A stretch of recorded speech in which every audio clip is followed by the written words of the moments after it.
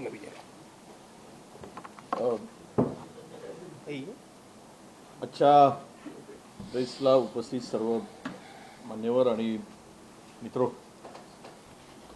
महाराष्ट्र एक स्लोगन होतं की कुठे नेऊन ठेवलाय महाराष्ट्र माझा, आणि त्या भरोश्यावर त्यांनी सत्ता मिळवून शेषनागाच्या जसे पृथ्वी असं ते आख्यायिका आहे त्याप्रमाणे ही कुंडली मारून बसली. आयत्या बिळावर नागोबा असल्यासारखी सगळी परिस्थिती आहे.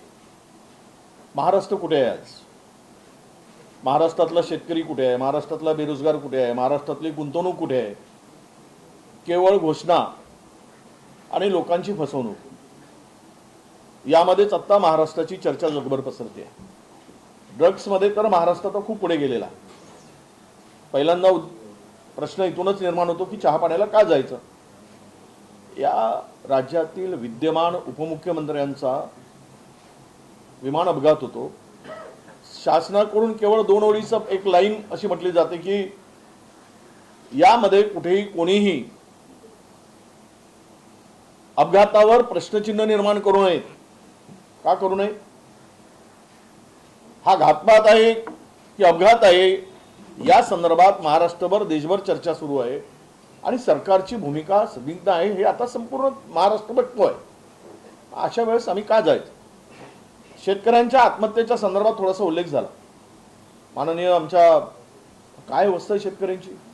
या ट्रेड डील नंतर इंडो USA करारानंतर काय परिणाम होणार यावर महाराष्ट्राच्या मुख्यमंत्र्यांच्याकडून काही आलं काय आतापर्यंत?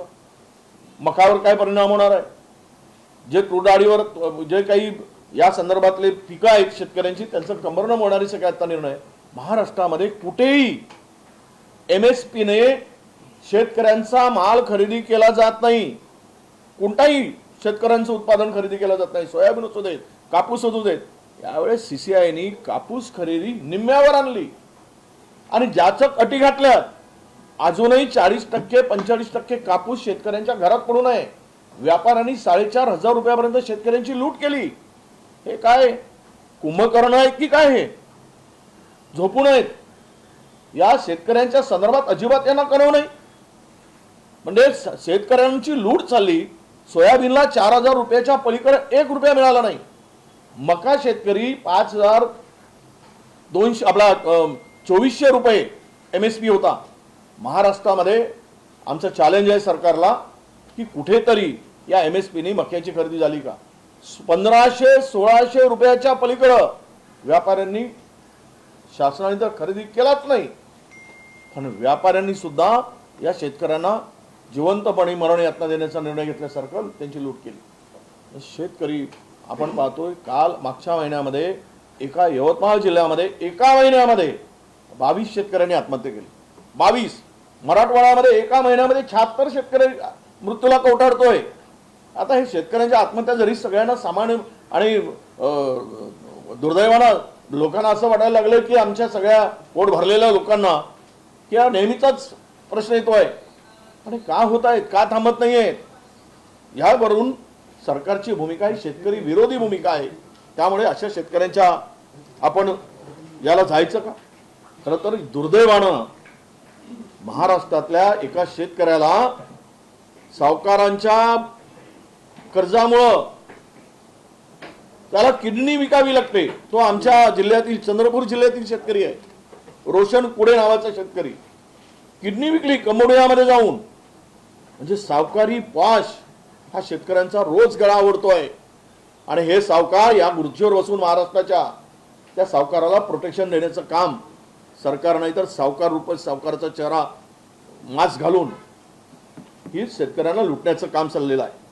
मी आपल्याला महाराष्ट्राच्या संदर्भात आता सांगताना भास्कररावजी बोलले की लाडक्या बहिणीच्यामुळे कर्जबाजारी झालं, त्यामुळे आम्ही राज्यामध्ये बाकीच्या योजनांना कात्री लावली वगैरे सांगत असताना तुम्ही दावोसमध्ये जाऊन 30 लाख कोटीचं करार केले. 30 लाख कोटीचे करार.